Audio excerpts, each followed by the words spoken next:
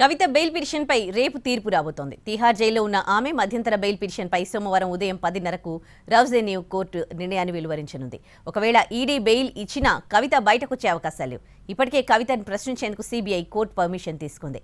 మరోవైపు ఢిల్లీ లిక్కర్ కేసులో మనీష్ సిసోడియా కస్టడీని ఈ నెల 18 వరకు కోర్టు పొడిగించింది.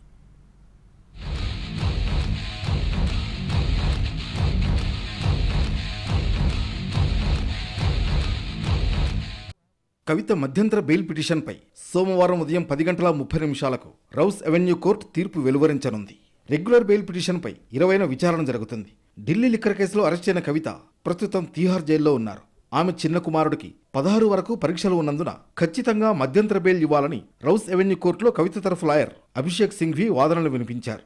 ఈడీ మాత్రం కవితకు బెయిల్ ఇవ్వొద్దని కోరుతోంది. బెయిల్ ఇస్తే సాక్ష్యాధారాలను ప్రభావితం చేసే అవకాశం ఉందని, ఇప్పటికే ఆమెకు వ్యతిరేకంగా అనేక ఆధారాలు ఉన్నాయని ఈడీ తెలిపింది. కోర్టు కవితకు బెయిల్ ఇచ్చినా బయటకు వచ్చే అవకాశం లేదు. వెంటనే సీబీఐ అరెస్టు చేసే అవకాశం ఉంది. ఇప్పటికే కవితను విచారించేందుకు సీబీఐకి కోర్టు అనుమతిచ్చింది.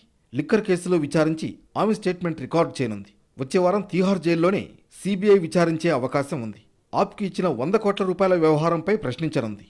మరోవైపు ఢిల్లీ మద్యం కేసులో అరెస్ట్ అయి తిహార్ జైల్లో ఉన్న మనీష్ సిసోడియా జ్యుడిషియల్ కస్టడీని మరో 12 రోజులు కోర్టు పొడిగించింది.